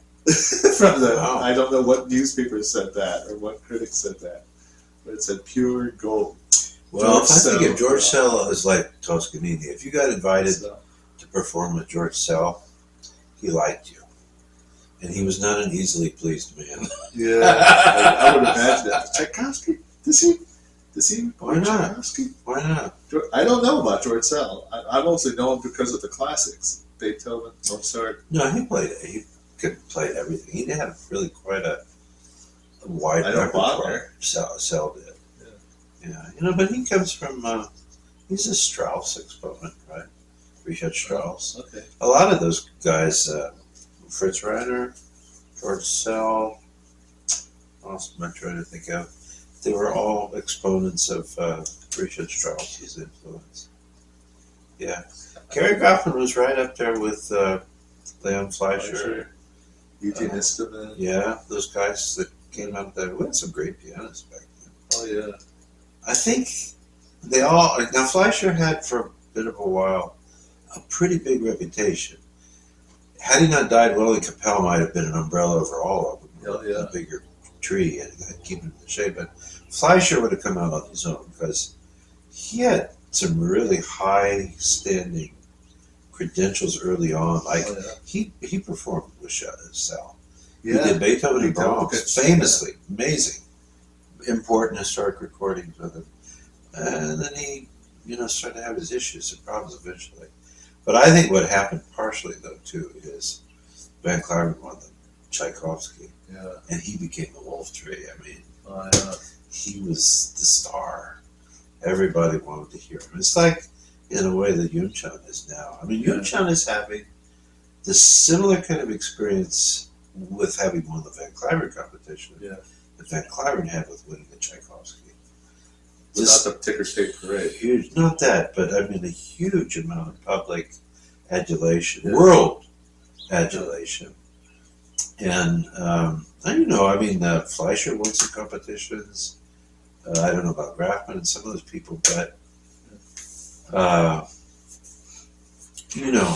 I'm sure what helped is that Van Cliburn, Van Cliburn actually, subsequently for the rest of his life, and there was at least 2 or 3 times he was actually asked by the U.S. government to go and talk to the Russians, the Soviets. Yeah. Because he was the one guy, he spoke Russian sufficiently, apparently learned it eventually. His mother was a Russian. I wonder if he grew up speaking of it, did she? Because she studied, she's a product of the Russian school. Yeah, she was. But he apparently spoke Russian well enough, and they loved it. When he went and traveled in the Soviet Union to perform, the crowds took him in like one of their own. They thought he just had the Russian soul in him.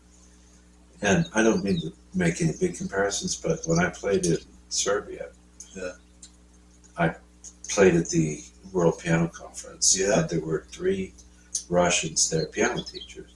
There's a lady who had been a student of Niehaus. Niehaus, or how would they say? Heinrich or New? Heinrich. Yeah, the big guy. And then there were 2 other ladies who are both on the faculty of Texas.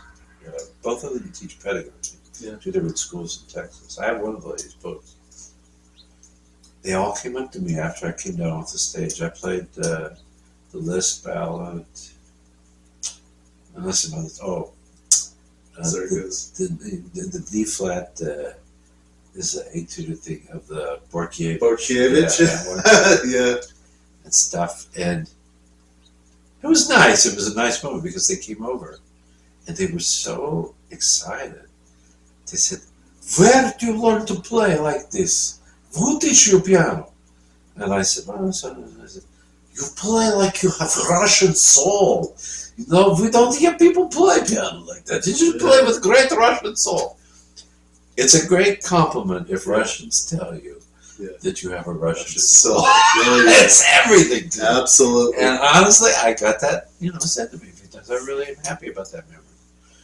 But, the people there were beautiful moments, and you see these old films from the Soviet Union where he plays, and the people are just sitting there, and the tears just coming down their eyes. It's just so beautiful and so moving. And it was a great moment, honestly, because this is the Cold War. Bad time. Yeah. And he always had this civility about him and a gentility, and he was such a wonderful man. He was tall, he was good looking, and he's kind of a Southern gentleman, you know. Yeah. And he was called, as I remember, 2 or 3 times he was sent quietly back to the Soviet Union to make inquiries or to act as ambassador, a voice or an unofficial ambassador about some incidents going on. And he could come back and report. And they felt that, and he knew that the Russians would be honest with him as best they could. Yeah. That they would tell him whatever they needed to communicate back to Washington. Yeah. And he did that at different points of his career. And for a long time, I don't even think that stuff was publicized until after he died. So, I know I'm jabbering a little bit. We can That's go okay. longer. All right.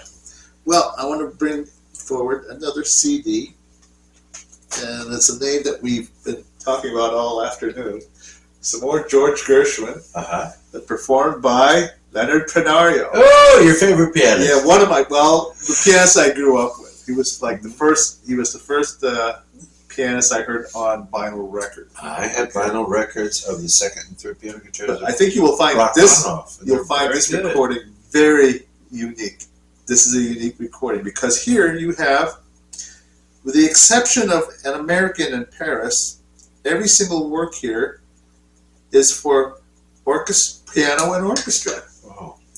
You have here Rhapsody in Blue, but even just as interesting, you have a Porgy and Bess medley for piano and orchestra. Ooh. Not specially arranged by somebody, right? It was arranged by somebody. Yeah. It has I Got Rhythm Variations. Yeah. But just as interesting, you have a piano and orchestra arrangement of Cuban Overture. Oh, cool. Well, let's see. There's the music right there. Yeah. Yeah. And the second Rhapsody is on here, too. So, here it is.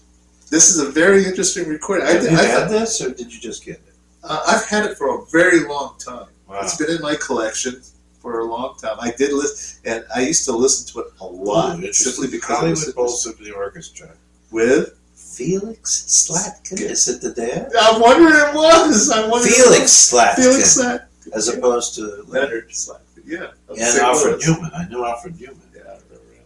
Alfred Newman sometimes was credited in Hollywood films. Yeah, he is. As a conductor. So, here's the CD. And a composer?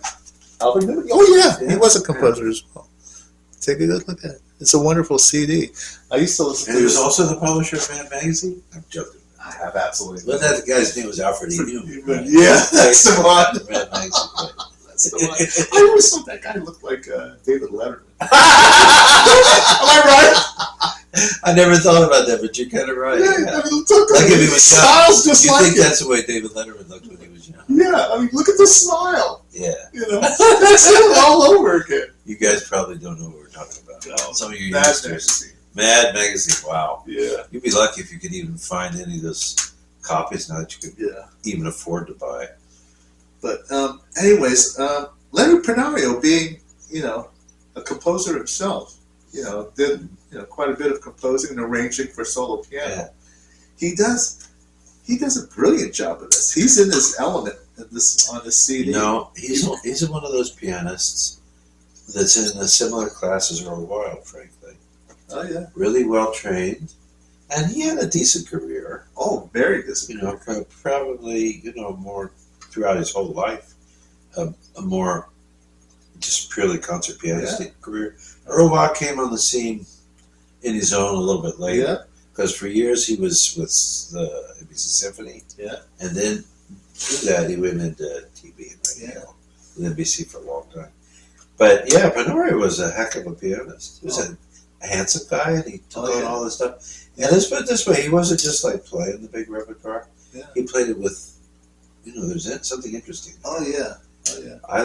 I've still got them, the LPs of the second and third piano concerto. Yeah. He did a lot of concerto appearances. A lot of them. His was the only third piano concerto recording I owned until the Horowitz one showed up a decade later or something. between New York and Philadelphia, those Yeah, performances. well, hold on to that record because he's one of the few that actually does the Osias score. Huh. So there's sections in there where there's like double notes in the left hand, Right. whereas where most pianists will just do the runs, arpeggios. Yeah. He does the double notes in Good for the him. left hand. Now, interestingly enough, when Arthur Rubinstein wasn't available, he traveled with Heifetz and Piatigorsky performing the trios. No way. Yeah, he did. I did According not know that. to his biography. Wow, a stand-in for Rubinstein. Yeah, I know. That's It's a big ass. That's a credit. And the fact that Heifetz, now Piatigorsky was Yeah, a pretty decent guy, yeah. but Heifetz was infamously picky as all get out. Oh, yeah. Very famous, I don't know which wife it was. He was married more than once. But famously, there was one time where she went off to go down into Beverly Hills to have her hair done, her nails and all this. Yeah, yeah, yeah. She came back and she couldn't access the gate to the property. Yeah. Heifetz had changed the code and refused to let her back. She got divorced by proxy. Okay. Now, before we leave here, I know we didn't do this last time, but we do have a PSI at the cinema or at the movies. And I bring forward to you a movie. Probably a lot of people our age may remember this. It's called Elvira Madigan. Oh, yeah. Elvira, Yeah, it's got Mozart in it. yeah, it's got plenty of Mozart.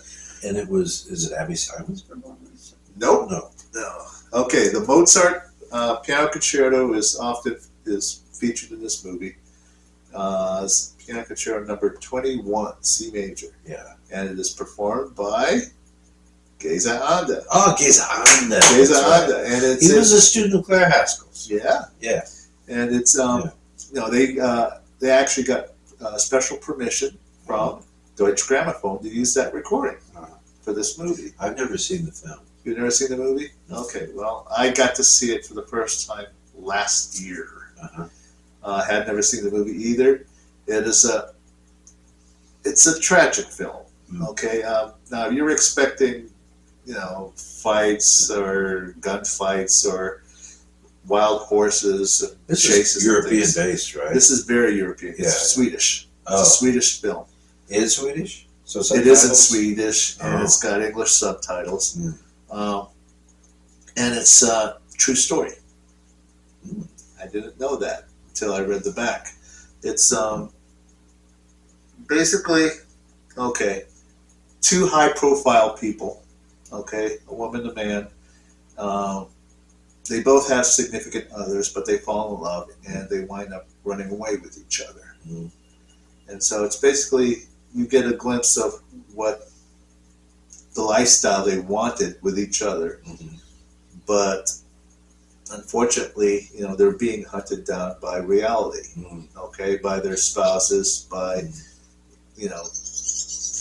their people that they were, that guided their lives. He is a military man, and she was a star circus performer. She did a high wire act. And so they were very much sought after by the outside world for him to serve his duties and her to perform. And so they just one day just disappeared, and they ran off together. And basically, it does not end well. It really doesn't. This movie was won Best Actress at the 1967 Cannes Film Festival. Who's the actress? I'm sorry? Who's the actress? The actress is Pia Degermark. I don't know. Degermark. Pretty lady. Yeah. Pretty lady. And the guy, who does he look like to you? Here, I'll show you the back. He wants to see the back a lot. Who does he look like to you? I know what you're getting at, but I don't remember. Who does he look like? What's he? Keanu Reeves. Does he look like Keanu Reeves? Ish? Yeah. Ish, I get ish. that. I get that. I mean, the look. I mean, Yeah. he's got eyes like Keanu But Reeves. Keanu Reeves looks a little more oriental than that. A little bit. Yeah, a little bit more oriental. This. Did you know that Keanu Reeves was a martial arts guy? Yeah, I did. I did not know that. Yeah, he does a lot. That's why he ends up doing stuff like that. Oh yeah. I kind of see what you're getting at. To me, he looks like Keanu Reeves. Well, I'm sorry, Swedish people. I don't know all your great actors and actresses. Yeah, neither do I. I'm not very much into foreign films. Only once in a while. I love Skarsgård, though. Oh yes. Yeah. Skarsgård. Wonderful. Excellent. I don't even know if that's how you say his name, but Is it Ian? no. No. What's his name? Skarsgård. He's in that movie that I just bought recently, Fort Penguin. Oh, That guy. Taking Sides. Yeah. Yes. Yeah. Yeah. I haven't seen it yet. Okay, so there's that. I don't know. Do we have time for one more? Yeah, that's Should we okay. save it for next No, time? no, go ahead. Okay. It's all right. We have 3 minutes. I jabbered a lot. Okay. Well, this next one, okay, it's falling apart. But we don't talk about him very much. But once in a while, this pianist creeps into our conversation. His name is David Korvar. Oh yeah, David Korvar. he's on the faculty at Boulder now. Boulder now. Yeah. Excellent pianist. Mhm. And the only thing I know about him is that Earl Wild talked about him once on his radio show. Oh, This young man, at 13 years old,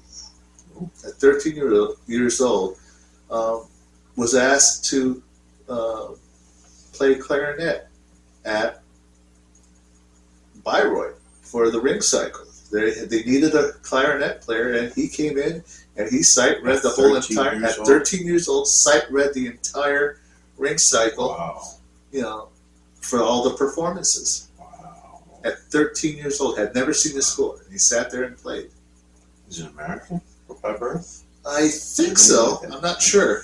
With the name of Because he ended up Korvar, winning a big competition. he's won many competitions. As a matter of fact, he recorded for Ivory Classics as well. I think Korvar is one of those guys like Stephen Huff. They sometimes refer to him as a polymath, Oh yeah. like Kid Armstrong. Exceptionally bright kind of guy. They've got several pianists. David Cooper Stock, I think it was British, has been on the faculty a little bit, and then David Korvar showed up as well out there at Boulder. And I don't know if she's still on the faculty out there, but Angela Chang used to be there. She was a silver medalist in the Rubinstein. Yeah. She's a big concerto pianist, but she was on the faculty there too. Yeah. But Korvar went there, and Christopher O'Reilly ended up in Madison. Wow. Yeah.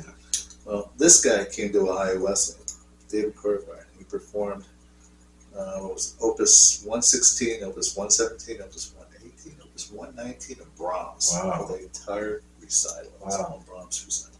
And I tell you,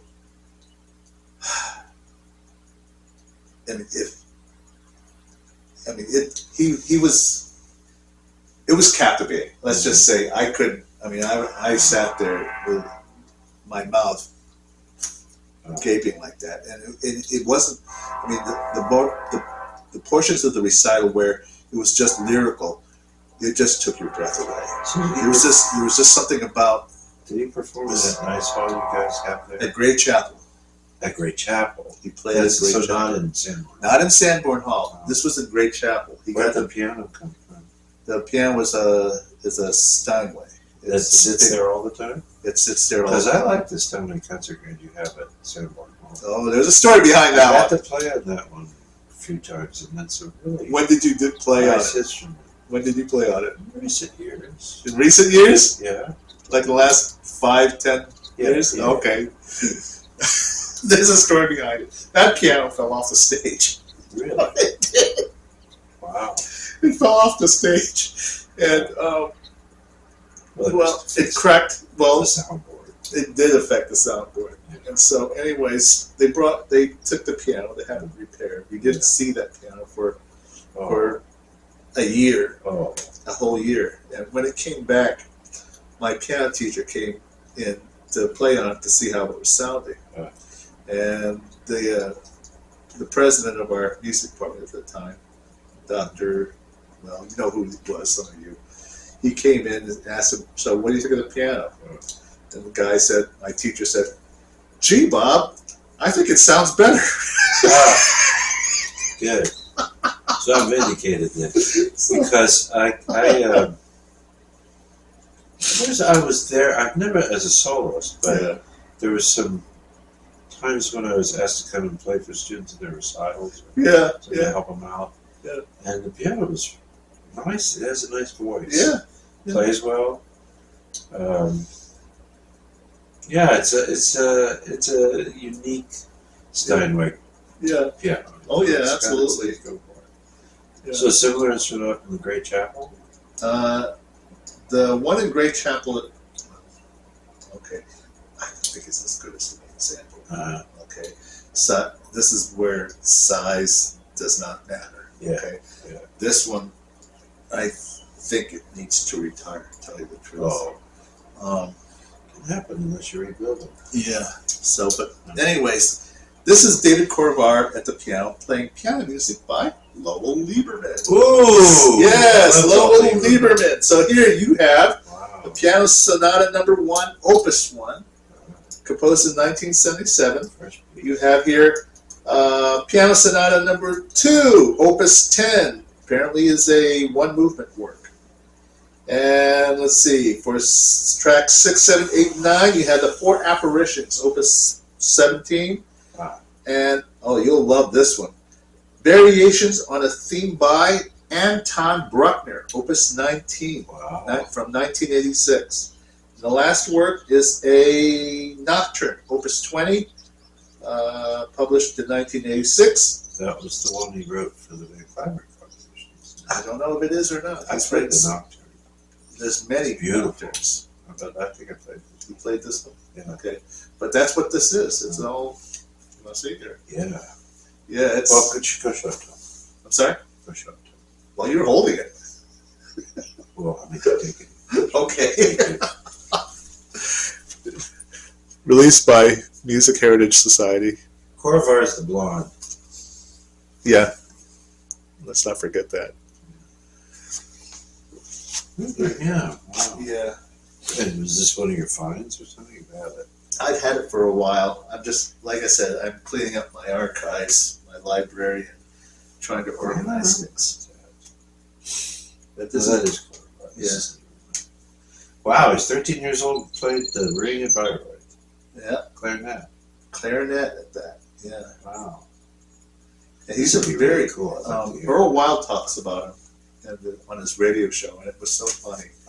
He says he's a very talented young man. He says he was a very talented young man, but he can be so ill prepared now. So I'll listen to him play for a few minutes, and then when I know he's not prepared, I just tell him to get up and go So did he practice. study with Wild? He studied with Earl Wild. Here? Not here. Yeah.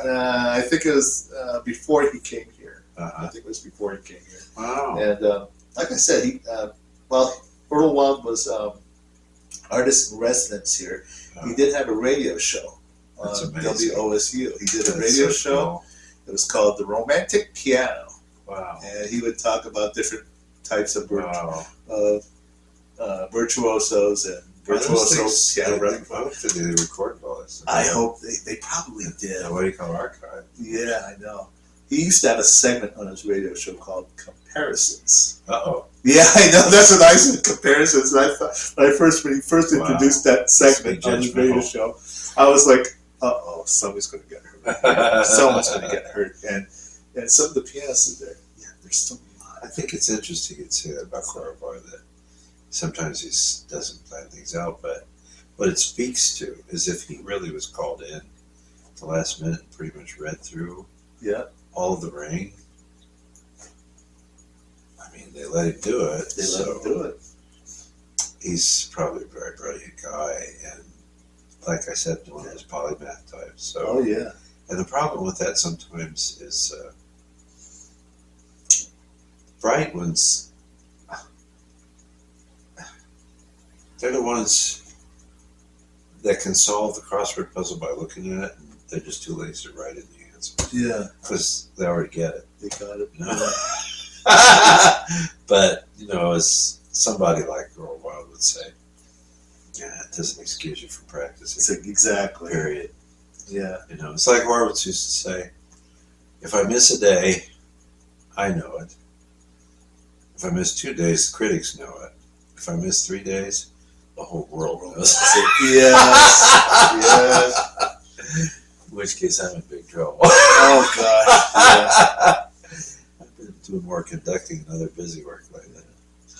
Well, look, folks, if you enjoyed our content today, and this was like always, this was a great. Do you want to do the Gilligan's Island thing now? You want to say that for next time, or We you could want to propose it? You want to Okay. You want to propose it and then give them your answers next week. Well, we could propose Did it. you see where somebody did write us about guests at the party on our Facebook page? I suggested. Yeah, why? No, somebody wrote us. They did? On Facebook about all the people they would invite to their party. Oh my gosh! Yeah, I gotta get a find response. it. Yeah. Okay. Wow! I can't wait to see. I think I know who it is. Yeah. But they don't use their real name, so we shouldn't say that because Okay. I think they used a made-up name. All right. But I gather because I know this person, I think, and I know their research interests and so forth, and that's it. I think I know who wrote it. But anyway, it's good because somebody who's listening to us, pay attention. They finally, joined in on the forum and wrote this. So why don't you take the moment and tell them what the next project is? Okay. And they can maybe start to make some suggestions. You can tell them what you think next week. Okay. Well. I'll state the project. Okay. I'm calling this project "Recast the Castaways." Okay, and then tell them a little bit about who Gilligan was. Okay. You said I had that thing written down. You want to read it? Yeah, I'll read it. So, okay. There was a very famous TV show. If you guys remember, 60s. yes, some of you who are our age will remember the show Gilligan's Island, right? Gilligan's Island. We used to watch it as kids. It was a long, long time ago. We all laughed, right? So, anyways, the synopsis, the character analysis. Gilligan played a young man, kind of a buffoon, who messes things up quite a bit, right? The skipper, despite his grumbling at Gilligan, they're really best friends, okay? The skipper, they're basically shipmates. The Howells, Mr. and Mrs. Howell, are rich and live inside the rich bubble, but still are part of the gang team, okay? They're kind of from the northeastern United States, up Yes. across noses in the air. Yeah. But with a certain humanity to them. Yeah. They, Mr. Howell likes to listen to the New York Stock Exchange. His favorite thing. All right, here we come to Mary Ann. Mary Ann, the practical Farmville girl. Let's see. Ginger, a Hollywood actress, a pampered beauty who also steps up as part of the team. The professor is a smart university-type guy whose advanced learning is often a big help, but they all work together. So some of you are not familiar with Gilligan's Island. Watch one episode. Yeah, I think get you'll on get the YouTube idea. or something to watch one and just see it. It was actually a pretty entertaining show. Oh, absolutely. And, it's a simple premise there. It's kind of a curious bunch of people on the boat. Yeah. How the Howells The and anybody else are on that boat at the same time. Yeah. How did Mary Ann get on the boat? How did Mary Ann? That's a Because good question. Why is she there? But anyway, these people are all on the boat together, and there's a big storm, and it crashes on a desert island. Yep. Well, not desert. There's Deserted. jungle island. Yeah. And they make a go of things, for as long as they can. Yeah. And it went on for about 4 or 5 years. Oh, yeah, 4 or 5 years. Yeah. We used to sing the song all the time as little kids. Yep. And, there was always this debate on who was the hotter chick, Mary Ann or Ginger. Ginger's kind of the movie star. Yeah. She looks a little bit like one of the Gabor sisters. Oh, yeah, she does. Except she's redhead. Yeah. And Mary Ann. I always thought the professor was cool. Russell Johnson was his name. Russell Johnson. He was a handsome enough fellow, really. Yeah, he was. And did a good. I always thought he and Mary Ann would fit well together. Maybe. I was wondering. Gilligan. Bob Denver is actually a very nice and clever guy. Yeah. Actor, but he plays a kind of a doofus. Yeah. Um, And you actually have to be a smart to be that doofus. Of course, the best. Tom Hanks and some of those Robin Williams, all that. I mean, various comedic kind of actors were sharp as a tack, Alan Hale plays the captain of the ship. Exactly.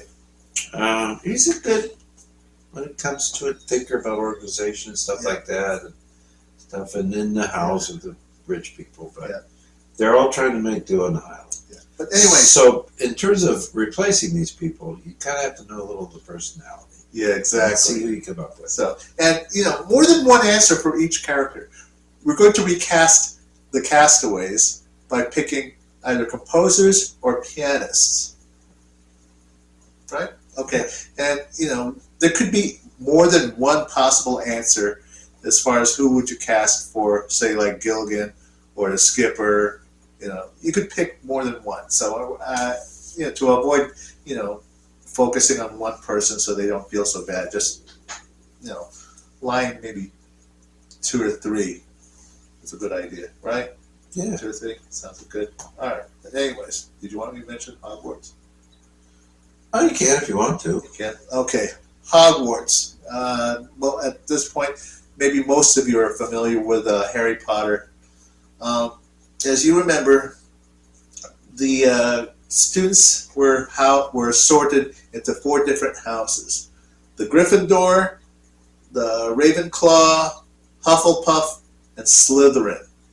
Okay, and you can pretty much pick any musicians or any pianists, since we're PSI, and composers, and think, as kids, how these people would have been sorted into which house.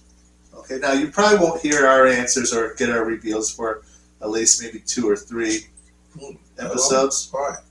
Why? You won't do Gilligan? You won't tell them next week? I think you should. Okay, all right. You'll hear my answer or our answers next week. So I'm not sure. I could probably come up with the Gilligan thing maybe, but he knows, I think, the newer stuff better than I do. I've seen the Harry Potter stuff, but dividing them into the 4 schools, I think if you're a real Harry Potter person, you'll know how to do that. But I'm not thinking I'm good enough at that. Well, but doesn't mean you should do it. Yeah, I think you should do that. I might be able to come up with a solution for Gilligan. Okay. Well, look at it this way: if you were having trouble housing the musicians, try recasting Dumbledore. Who would make a great Dumbledore? Oh, who would make a great Professor McGonagall? Oh, or better yet, Snape. Who would you recast as Snape? Yeah, that'd be a good one. There are some other good characters too. Was the British guy with the red head, the mustaches, sometimes a wolf man. He turns into a wolf man. He was also in that movie 7 Years in Tibet with Brad Pitt. He was the other German American. Don't know. And and then who was the kind of professor played by the famous English actor who does Shakespeare a lot? Really famous guy. He's doing Hercule Poirot in the Train Journey Mysteries, and he did famously Henry V, the great battle scene. Do you remember which character? Kenneth Branagh. Oh, Kenneth Branagh. Yeah. Yeah. He plays that one professor guy. Yeah, the one. But there's several of them, because then. But who are some of the lady ones? There's the one that raises the screaming ginseng plants. Yeah, I saw that one. And who's the other one? But the famous British actress who teaches. I forget. But Dumbledore, Snape, and Professor McGonagall. That's 3 appears in all the movies. You see, we should do a little bit more research and come up with the names of 3 of the other teachers. Okay. So then there's like a total of 6. All right. Okay. But who it seems like who Dumbledore would be? Yeah, that would be a good one. There's always one choice. There's only one choice? Well, a really great choice for Dumbledore. We've already talked about it before. He's like the god for all composers. Oh. Yeah. Yeah. Okay. You know what I'm talking about. Yeah, I know who you're talking about now. He's sitting staring right at your butt right there. Yeah. Well, anyways, folks, if you like our content and enjoy our little viewership projects, give us a like, subscribe, tell about us to your friends, family, colleagues. Give us a thumbs up. Yeah, the cool thing now is so long as I stay on Yeah. track, we are Great. recording this today on the 25th. I think so. Not sure. 25th. Yep, 25th. And it should be up sometime in the next few days online. Can't wait. So we can pretty much do this where we create a show, edit the show, upload the show, and it's there for your comments even maybe before the next show. So as you like and as you want, if you contribute anything to our forum, I refer to that mostly as based on the Facebook page. But you can also make comments about the videos on YouTube too. Cool. But they're connected to each other, so you can go between the two. But I think of the forum as being more of an obvious place to express your opinions and things. If you do that before the next show and we catch it, we might be able to mention it on the show. And possibly if you ask a question or something, we might be able to answer your question. We're getting almost like real time. I know. This is like back in the 90s when, you could answer the telephone. It sure is. Well, folks, I hope you have a good week. Find your adventures. I know adventures have found me. Yeah. So, Thanks for bringing all this stuff. Oh, It's pretty absolutely. cool. have a good week. Yeah. You guys, see you next time. Bye-bye.